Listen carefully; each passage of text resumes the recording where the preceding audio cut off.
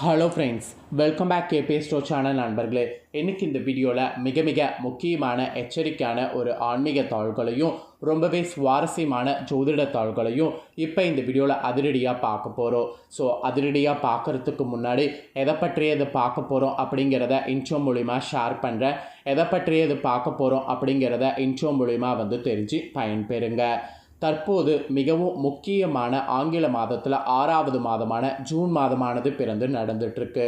Actually இந்த June மாதம் சாதாரணமான மாதம் கிடையாது. மிகவும் முக்கியமான எச்சரிக்கையான ஒரு மாதம் என்று சொல்லலாம். ஏன்னா இந்த மாதத்தில் அப்படி நிறைய கிரக சம்பவங்களும் முக்கியமான ஆன்மீக ரீதியான நாட்களும் வர இருக்குது. அதனால் இந்த மாதம் ரொம்பவே முக்கியமான மாதம் என்று சொல்லப்படுது. அப்படி ஒரு முக்கியமான ஆன்மீக ரீதியான நாளானது ஜூன் 10ஆம் தேதி வர இருக்குது. அந்த நாளில் ஏற்படக்கூடிய கிரகங்களின் மாற்றங்களால் இனி ஒவ்வொரு ராசிக்காரங்களுக்கும் தலையெழுத்து மாறும். அப்படி மாறக்கூடிய தலையெழுத்தை அந்தந்த ராசிக்காரங்க தெரிஞ்சு பலனடையணுங்கிறதுனால ஒவ்வொரு ராசிக்காரங்களுக்கும் என்ன தலையெழுத்து மாறும் அப்படிங்கிறத ஷேர் பண்ணிகிட்ருக்கேன். அதில் இன்றைக்கி இந்த வீடியோவில் பார்த்தீங்கன்னு வச்சுக்கோங்களேன், தனுசு ராசிக்காரங்களுக்கு ஷேர் பண்ண போகிறேன். ஸோ இந்த வீடியோ தனுசு ராசிக்காரங்களுக்கு ரொம்ப யூஸ்ஃபுல்லாக ரொம்ப இன்ட்ரெஸ்டாக இருக்கும். ஸோ தனுசு ராசிக்காரங்க வீடியோ பார்த்துட்டு இருந்தீங்கன்னா வீடியோவை ஸ்கிப் பண்ணாமல் பாருங்கள். உங்களோட ராசிக்கு என்ன மாதிரி தலையெழுத்து மாறும் அப்படிங்கிறத தெரிஞ்சுக்குங்க. அப்படி ஜூன் 10ஆம் தேதி என்ன ஒரு முக்கியமான நாளாக வருது அப்படின்னு கேட்குறீங்களா? அன்று தமிழ் மாதம் 2வது மாதமான வைகாசியுடைய 27ஆம் நாள், கிழமை செவ்வாய்க்கிழமை. இந்த செவ்வாய்க்கிழமை முழு பிரபஞ்சத்தில் நிலவு தெரியக்கூடிய அதிசயமான நாள். இந்த பிரபஞ்சத்தில் முழு நிலவு தெரியக்கூடிய நாள்னால் அது என்ன நாள்னா பௌர்ணமி தான். ஸோ பௌர்ணமி தாங்க வரப்போகுது. இந்த பௌர்ணமி செவ்வாய்க்கிழமை அதுவுமா வர்றதுனால ரொம்ப விசேஷமாக கருதப்படுது. இந்த பௌர்ணமி வர்றதுக்கு முன்னாடி 2 முக்கிய சம்பவங்கள் நடந்திருக்கு. ஒன்று ஜூன் 5ஆம் தேதி. ஜூன் 5ஆம் தேதி சுபக்கிரகங்களாக கருதப்படக்கூடிய குருவும் சுக்கிரனும் 60 டிகிரியில் சேர்ந்து பயணத்தை ஸ்டார்ட் பண்ணியிருக்காங்க. அதை தொடர்ந்து ஜூன் 7ஆம் தேதி அடுத்த ஒரு விஷயம் நடந்தது. அன்றைக்கி சிம்மத்தில் கேதுவும் செவ்வாயும் இணையிறாங்க. இந்த மாதிரி சம்பவங்கள் நடக்கக்கூடிய அடிப்படையில் ஜூன் 10ஆம் தேதி பௌர்ணமி செவ்வாய்க்கிழமை அதுவுமா வருது. அதனால் இந்த பௌர்ணமி சக்தி வாய்ந்த பௌர்ணமியாக மாறுது. இந்த சக்தி வாய்ந்த பௌர்ணமியில் கிரகங்களிடையே ஏற்படக்கூடிய அந்த மாற்றங்கள் பயங்கரமாக இருக்கும். அதனால தான் ஒவ்வொரு ராசிக்காரங்களுக்கும் இந்த கிரக சேர்க்கை மாற்றங்களோட அடிப்படையில் அடுத்து பௌர்ணமிக்கு பிறகு இதெல்லாம் நடக்கும் என்பது அதிரடியாக குறிப்பிடப்படுது. அப்படி குறிப்பிடப்படக்கூடிய தாள்களை இந்த வீடியோவில் தனுசு ராசிக்காரங்களுக்கு சொல்ல போகிறேன். தனுசு ராசிக்காரங்க உங்களுக்கான பௌர்ணமி பலனை தெரிஞ்சுக்கிறதுக்கு முன்னாடி ஆன்மீக ரீதியாக சக்தி வாய்ந்த இந்த பௌர்ணமி அன்னைக்கு என்ன செய்யணுங்கிறத தெரிஞ்சுக்குங்க. ஆக்சுவலி விரதம் இருந்து மறக்காமல் நான் சொல்லக்கூடிய விஷயத்தை செய்ய வேண்டும். அது என்னங்கிறத உங்களுக்கு சொல்கிறேன். அதை முதல்ல இந்த வீடியோவில் தெரிஞ்சுக்குங்க. இந்த வைகாசி பௌர்ணமி தினம் வருடம் முழுவதும் வரக்கூடிய மற்ற பௌர்ணமி தினங்களை காட்டிலும் முக்கியத்துவம் வாய்ந்த தினமாக கருதப்படுகிறது.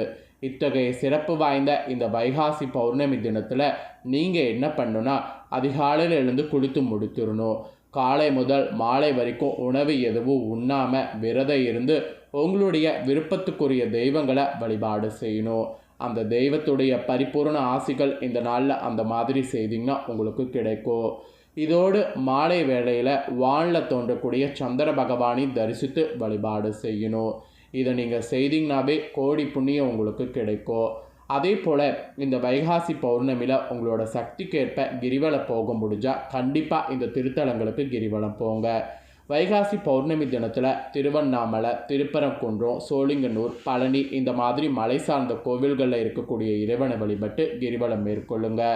இந்த டைமில் கிரிவலம் இந்த இடங்களில் மேற்கொண்டிங்கன்னா அதிக சக்தி உங்களுக்கு உடலில் கிடைக்கும். ஒருவேளை கிரிவலம் மேற்கொள்ள முடியாது, விரதம் இருக்க முடியாது, மாலையில் சந்திரனை தரிசனம் பண்ண முடியாது அப்படிங்கிறவங்க என்ன பண்ணலான்னா, இந்த ஒரு நாள் இதையாவது செய்யுங்க. எல்லா தானங்களில் விட சிறந்த தானம் அன்னதானம் என்பது நமது முன்னோர்கள் சொல்லியிருக்காங்க.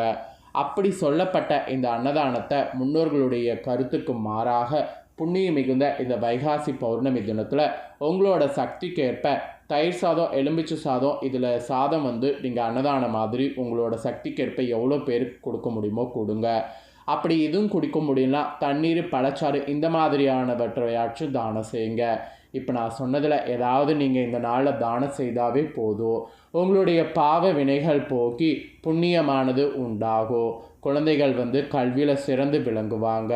உடல் மற்றும் மன சார்ந்த நோய்கள் குறைபாடுகள் நீங்கும். பொருளாதார கஷ்ட நிலைகள் நீங்கி செல்வ சேர்க்கையானது உண்டாகும். ஸோ இந்த மாதிரி அதிசயம் உங்கள் லைஃப்பில் கண்டிப்பாக நடக்கும். அதனால் நம்பிக்கையோடு மற்றது எதுவும் செய்ய முடியாட்டியும் அன்னதானங்கிற ஒன்றாவது செய்து பயன்பெறுங்க. இவ்வளோ நேரம் பௌர்ணமியில் நீங்கள் செய்ய வேண்டிய பரிகாரத்தை சொன்னேன். இப்போ இந்த பௌர்ணமியிலேருந்து உங்களோட ராசிக்கு என்ன பலன் கிடைக்குங்கிறத சொல்ல போகிறேன். ஸோ தனுசு ராசிக்காரங்க மூலம் பூரடம் அப்புறமேட்டு உத்திரம் 1ஆம் பாதத்தில் பிறந்தவங்க வீடியோ பாருங்கள். இந்த தனுசு ராசி இந்த நட்சத்திரத்தில் பிறந்தவங்களுக்கு இந்த பௌர்ணமி கணிப்பு நான் சொல்கிறது கரெக்டாக பொருந்தும். ஸோ அதனால் இந்த நட்சத்திரத்தில் பிறந்தவங்க வீடியோ பாருங்கள். வாங்க இப்போ நான் இந்த பௌர்ணமிக்கு பிறகு உங்களுக்கு என்ன நடக்குங்கிறத ஜோதிடர்கள் சொன்னாங்களோ அதை பார்க்கலாம். சோம்பல் இல்லாமல் சுறுசுறுப்போடு இருக்கக்கூடிய தனுசு ராசிக்காரங்களுக்கு இந்த மாத பௌர்ணமியிலிருந்து ராசிநாதன் குரு சப்தமஸ்தான சஞ்சாரத்தின் மூலம் இருக்கிறாரு. அதனால் எதிர்பார்த்த காரியங்கள் உங்களுக்கு தடையே இல்லாமல் மனதுக்கு திருப்தி அளிக்கக்கூடிய விதத்தில் எல்லாமே நடந்து முடியும். அதுக்கப்புறம் கடன் சுமையெல்லாம் உங்களுக்கு குறைய ஆரம்பிக்கும். எதிர்ப்புகள்லாம் உங்களுக்கு முற்றிலும் அகலும். எதையும் ஒரு முறைக்கு பல முறை யோசித்து செய்வது நல்லது. அப்போ தான் உங்களுக்கான காரியத்தில் வெற்றியானது கிடைக்கும். யாருக்காவது உத்தரவாதம் தர்ற மாதிரி இருந்தால் கூட அது தருவதற்கு முன்னாடி கவனமாக இருக்கணும். ஏன்னா உத்தரவாதம் தந்துட்டா நீங்கள் நிறைவேற்றி ஆகணும். அதனால் உத்தரவாதம் தர்றதுக்கு முன்னாடி கவனமாக இருப்பது நல்லது. சொன்ன சொல்ல காப்பாற்ற பாடுபட வேண்டியது இருக்கும். அந்த நிலை வரக்கூடாதுங்கிறதுனால தான் உத்தரவாதம் தர்றதுக்கு முன்னாடி கவனமாக இருங்க. தர முடிகிறது நிறைவேற்ற முடியுமாங்கிறத பாருங்கிறத சொல்கிறேன். ஸோ இந்த மாதிரி சில விஷயங்களில் கவனமாக இருக்கணும் என்பது உங்கள் ராசிக்கு இந்த பௌர்ணமிக்கு பிறகு குறிப்பிடப்பட்டிருக்கு. அதுக்கப்புறம் தொழிலில் உங்களுக்கு என்ன நடக்கும்னா, தொழில் ஸ்தானாதிபதி புதன் இந்த பௌர்ணமியிலேருந்து ரணரோண ரேகஸ்தானத்தில் சூரியனோடு இணைந்து சஞ்சாரம் செய்ய போகிறாரு. ஸோ இந்த காரணத்தினால தொழில் வியாபாரத்தில் கடினமான முயற்சிகள் நீங்கள் செய்தால் மட்டும்தான் அதற்கு பிறகு எதிர்பார்த்த லாபம் சேரும். போட்டிகள் ஆக்சுவலி குறையும். ஆனால் நிறைய கடினமாக முயற்சி பண்ணும். புதிய வாடிக்கையாளர்கள் கிடைத்து திருப்தி ஏற்படுவதற்கு நீங்கள் ரொம்ப கடுமையாக உழைக்கணும். கடன் தொல்லைகள் உங்களுக்கு தொழிலில் குறையும். ஸோ தொழிலில் ரொம்ப கடுமையாக உழைக்கணும் அப்படிங்கிறது மட்டும் குறிப்பிடப்பட்டிருக்கு. அப்புறம் உத்தியோகத்தில் இருப்பவங்களுக்கு சொல்லப்பட்டிருக்கு. உத்தியோகத்தில் இருப்பவங்களுக்கு என்ன சொல்லப்பட்டிருக்குன்னா, இந்த பௌர்ணமிக்கு பிறகு நல்ல பதவிகள் தாமதமாக கிடைக்கும். அந்த தாமதமாக கிடைக்கக்கூடிய பதவிகள்ங்கிறதுனால வெறுக்காமல் பொறுமையாக இருக்கணுங்கிற மாதிரி சொல்லப்பட்டிருக்கு. புதிய வேலைக்கு முயற்சி செய்பவர்களுக்கு நல்ல பலன் ஏற்படும். அதனால் புதிய வேலை தாராளமாக நீங்கள் முயற்சி செய்யலாம். ஸோ பௌர்ணமிக்கு பிறகு உத்தியோகத்தில் இருக்கவங்களுக்கு இப்படி இருக்கணும் என்பது குறிப்பிடப்படுது. அப்புறம் குடும்ப ரீதியாக வாழ்க்கை துணையுடைய ஆலோசனைகள் உங்கள் முன்னேற்றத்திற்கு உதவும். அதனால் அவங்க ஆலோசனை கேளுங்க. எதிர்பாராமல் ஏற்படக்கூடிய குடும்ப செலவை சமாளிக்க தேவையான பண உதவி கூட உங்களுக்கு கிடைக்கும். சுக்கிரனுடைய சஞ்சாரம் பௌர்ணமியில் ரொம்ப வலுவாக இருக்கிறதுனால வீட்டுக்கு தேவையான வசதிகள் நீங்கள் செய்து கொள்ளலாம். நண்பர்கள் உறவினர்கள் மூலம் தேவையான உதவிகள் உங்களுக்கு கிடைக்கும். ஸோ இந்த மாதிரி குடும்பத்தில் குதூகலம் ஏற்படுற மாதிரி உங்களுக்கு கிரக நிலைகள் அமைஞ்சிருக்கு. அதுவும் ஸ்பெசிஃபிக்காக பெண்களுக்கு என்ன சொல்லப்பட்டிருக்குன்னா, அடுத்தவர்களுக்கு உதவி செய்யும்போது கவனமாக இருக்கணுமா. எதை செய்கிறதாக இருந்தாலும் அதை ஒரு முறைக்கு இருமுறை யோசித்து செய்யணுமா. இல்லைனா பல இழப்புகள் உங்களுக்கு சந்திக்க நேரிடும். இது பெண்கள் உங்களுக்கு ஒரு எச்சரிக்கையாக சொல்லப்பட்ட விஷயம். அப்புறம் கலைத்துறையில் இருக்கிறவங்களுக்கு சொல்லப்பட்டிருக்கு. கலைத்துறையில் இருக்கிறவங்களுக்கு பௌர்ணமிக்கு பிறகு உற்சாகமாக செயல்பட்டிங்கன்னா வேலைகளை உடனுக்குடனே செய்து முடிக்க முடியும். அது மட்டும் இல்லாமல் உங்களுக்கான புதிய பதவி அல்லது பொறுப்புகள் கலைத்துறையில் கிடைக்கும். அதை எல்லாமே சாதகமாக பயன்படுத்தி முன்னேற பாருங்கள். குடும்பத்தாரோடு விருந்து கேளிக்கை நிகழ்ச்சிகளில் கலந்து கொள்ளுங்கள். அதுக்கான சூழ்நிலை கண்டிப்பாக இந்த பௌர்ணமியில் ஏற்பட வாய்ப்பு இருக்குது. அப்புறம் அரசியல் துறையில் இருக்கிறவங்களுக்கு மன திருப்தியோடு இந்த பௌர்ணமிக்கு பிறகு காரியங்கள் செய்திங்கன்னா சாதகமான பலன் பெறுவீங்க. பயணம் செல்ல வாய்ப்பு நேரிடும். பயணம் செல்லுங்க. மனதிற்கு பிடித்தவர்களை சந்திக்க நேரிடலாம்.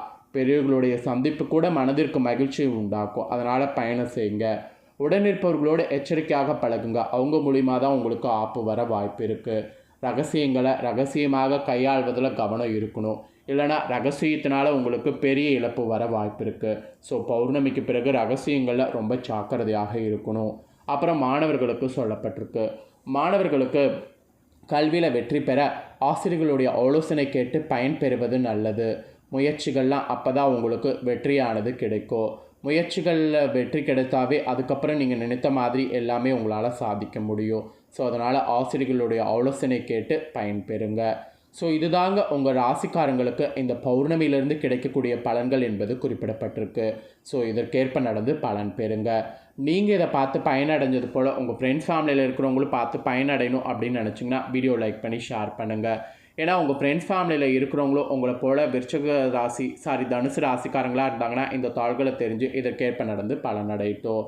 நெக்ஸ்ட்டு நம்ம சேனலில் போடக்கூடிய புதிய வீடியோலாம் தெரிந்து கொள்ளணும்னு நினச்சிங்கன்னா மறக்காமல் நம்ம சேனலை சப்ஸ்கிரைப் பண்ணுங்கள், கூட பெல் பண்ண ப்ரெஸ் பண்ணுங்கள். ஃபஸ்ட் டைம் பார்க்கக்கூடிய தனுசு ராசிக்காரங்க அதை நீங்கள் பண்ணிட்டீங்கன்னா இனி நான் போகிற மற்ற அப்டேட்டான வீடியோலாம் உடனுக்குடனே தெரிஞ்சு பயனடையலாம்.